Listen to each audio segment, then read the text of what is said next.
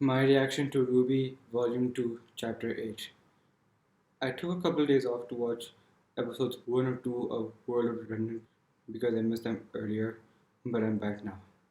Alright, so last time on RWBY, as the dance continued, Jean talked to Pera and found out no one asked her to the dance because people always assume they're too good for her. But she liked John because John didn't even know her name and he could see her for who she truly was, and that she actually wished John was who she was there with. And John kept his promise and ended up wearing a dress like he said he would, making a scene in the process. And then John talked to Neptune about why he turned voice down and finds out he doesn't know how to dance. And John convinced Neptune to not be what is it? To not be cool all the time, and that he would appreciate it if he was being a little less cool sometime. So Neptune then decided to go talk to Voice. Neptune then talked to her and told her that she has some good friends about how John convinced him to try and talk to her again. So by that, Voice finally got her guy to come. She finally got to talk to Neptune, get to know him. And then meanwhile, Ruby saw Cinder going to the CCT, so she went to find her. I'm not sure if she saw her face, but she briefly fought her, and then after that, Ironwood showed up.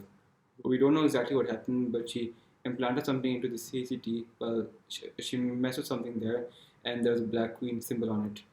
So then she made it back to the party where she blended in and said that it's time to enjoy the party because something big may happen afterwards. It certainly felt like it.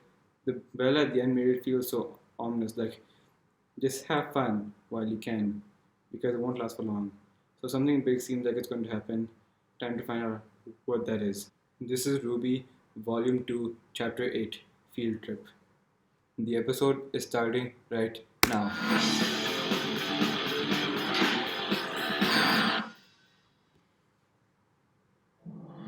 There's a point where it tips, there's a point where it breaks, there's a point where it bends, and a point we just can't take Anymore.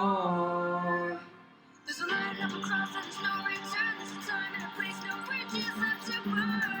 Anymore. We can't just wait with life to take until we think we're ready. Until my enemies are gone, the storm is blowing.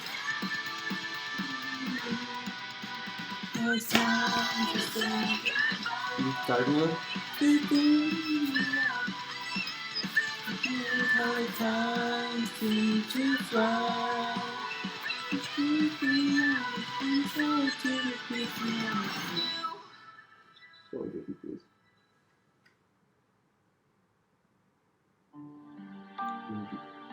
They were here.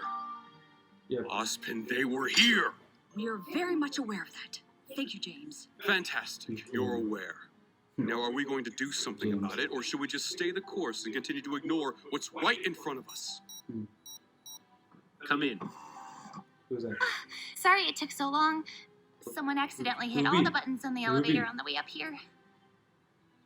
It wasn't me. Thank you for coming, RWBY. How are you feeling? Okay, I guess. I'd feel better if my bad guy catching record wasn't 0 for 3. Okay, so that's the tone we're going for. Got it. RWBY, I feel it's appropriate to let you know that I think what you did last night is exactly what being a huntress is all about. You recognized a threat, you took action, and you did the very best you could. Thank you, sir. Now, the General here has already informed us of the events that transpired last night. That's fine. But now that you've rested, we were wondering if you had anything to add. Was anyone else with her? Did she look familiar to you at all? I don't know. She was wearing a mask, and she never said anything to me. But I know she fought with glass. I don't think that was her semblance, though. Her clothing lit up whenever she attacked. Save for the glass. Okay. That sounds like the woman I fought the night we met RWBY. Embedding dust into clothing is an age-old technique. It could have been anyone. Wait. You think this girl's connected to Torchwick and the White Fang? Ruby. It's possible. But we still lack the required evidence to link the two together. Actually, I I think I remember her saying something about a hideout or something in the southeast, just outside the kingdom. Ruby, Interesting. she said you. I thought you said the intruder never. Thank you for your cooperation, Ruby. Why don't you go and spend some time with your team? You have a big day ahead of you. Does Ospen know about their Anytime. investigation? And Ms. Rose, please try and be discreet about this matter.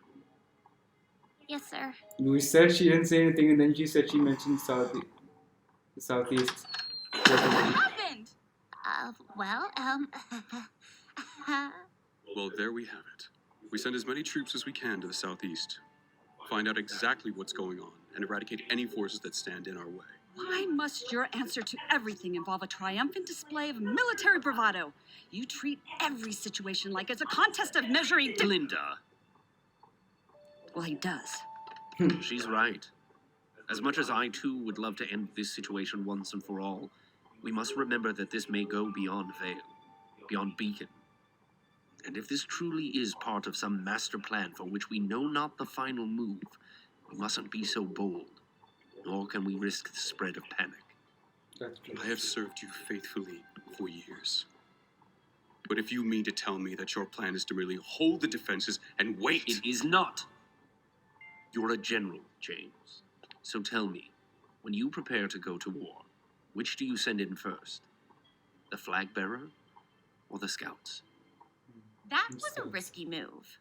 No, I think you handled it well. I hope so. I'm sure everything will be all right, Ruby.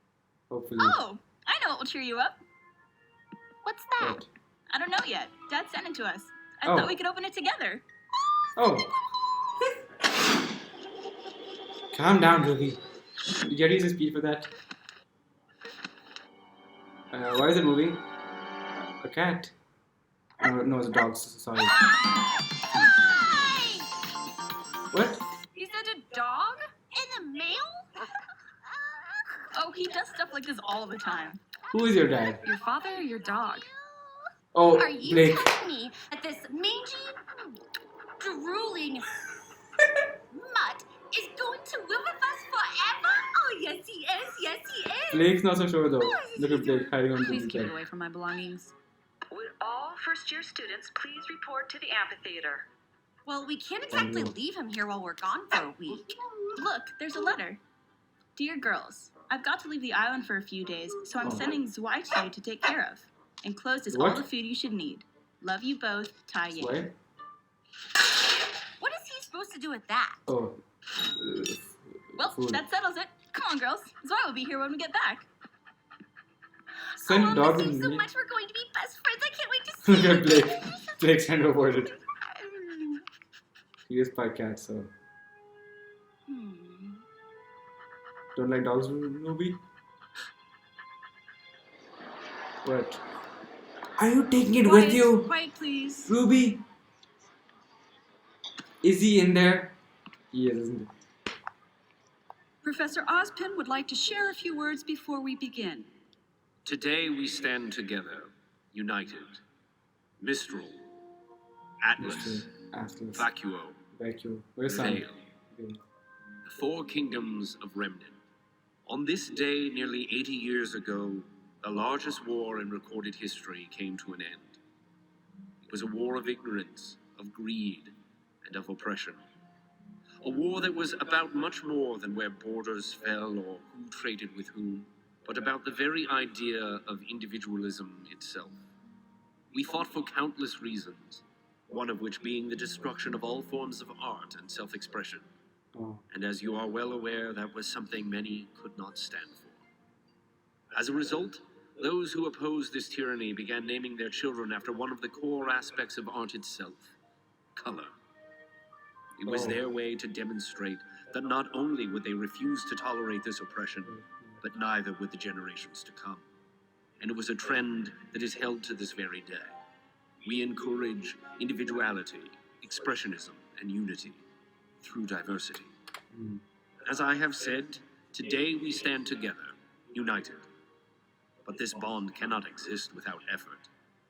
Which is why today, while the rest of the world celebrates peace, huntsmen and huntresses will work to uphold it. Okay. As first-year students, You will be tasked with shadowing a professional huntsman or huntress on a mission. Oh, Some of you may be taken cool. out of the kingdom for several days. Oh. Others may work within the walls for Search the rest of investigates the week. for crime. But no matter Perimeter which path you defense. choose, remember to be safe, remember your training, and remember to do your very best. Yes. This is perfect. All we have to do is shadow a huntsman working in the southeast. Yeah, we'll follow them around by day and give them the slip at night. Let's check search and destroy. Alright, that's it then. Search and destroy. Here we go. Quadrant 5 needs Grim cleared out. Well, it's in the southeast. Sounds perfect.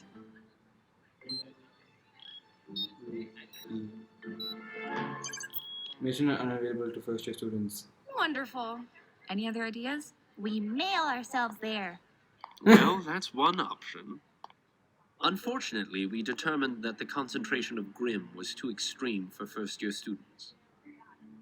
It seems that particular region is rather popular. In fact, I have the sneaking suspicion that the four of you will make your way there no matter which job you choose. Whatever makes you say that. I'm still curious as to how you all found yourselves at the docks last semester. I'm interested to know how you really learned about a hideout in the southeast. And I certainly wonder why witnesses reported seeing robots and rose petals in a dance club some time ago. In a dance club? Um, You weren't in a dance club? I doubt I'll ever find the exact answers I'm looking for. That wasn't even So, Ruby. how about this? Instead of waiting for you all to break the rules, why don't we just bend them?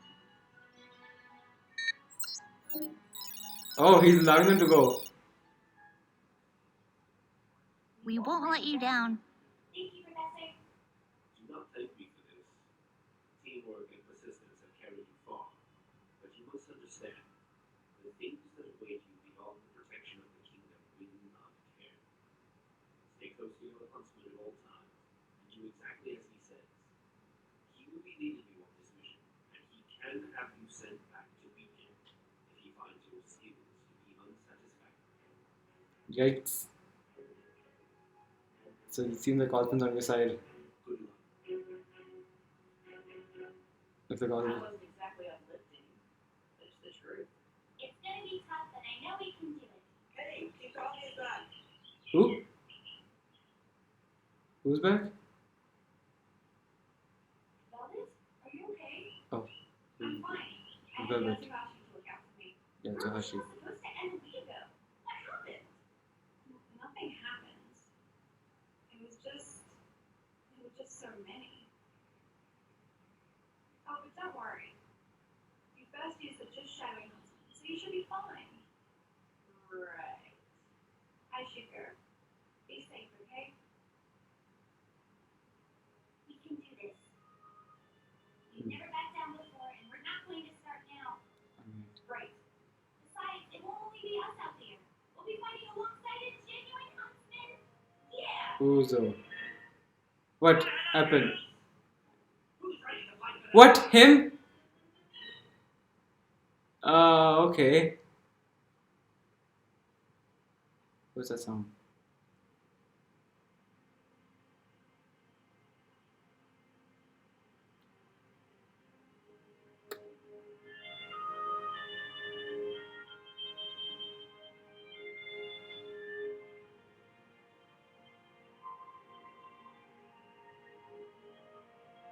Velvet.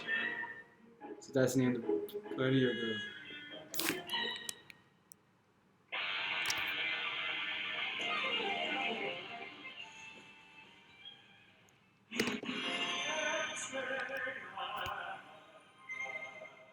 X-ray.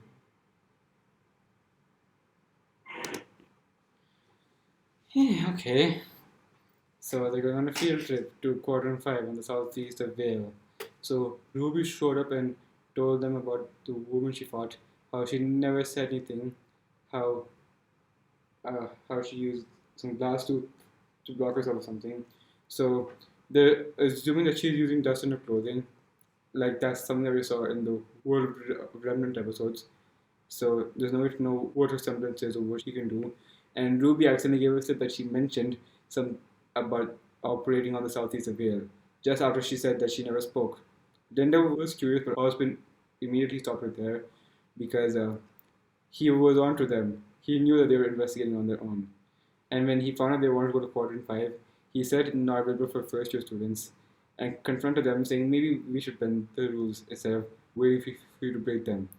So he allowed them to go, he allowed them to continue investigating, but told them to always stay together and remember their training and to stay close to the huntsman.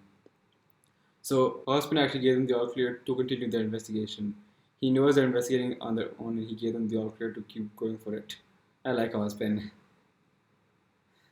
He is kind of like the Dumbledore beacon. He knows what's going on at all times, but purposely says it's okay to do it because he trusts them. He knows they want to help and he lets them do it. He is a lot like Dumbledore in that sense. I heard someone mention this kind of Harry Potter and Hogwarts, and it does kind of feel like it. Osmond does seem like a Dumbledore, Goodwitch does seem like a McGonagall. I'm not sure if I would say Ironwood is the Snape of the place, but okay. But he actually complimented Ruby for doing what a huntress would do, seeing something was off and going there to act. So now they're going on a field trip to Quadrant 5, which is somewhere on the southeast side of Vale, where they're going to continue investigating Torchic and the White Fang. And this PD guy from history class is the huntsman on their journey. So he's going to be impossible to outrun because he can outrun pretty much anyone. But let's see if they'll be able to get any further in their investigation next time. My reaction is now done.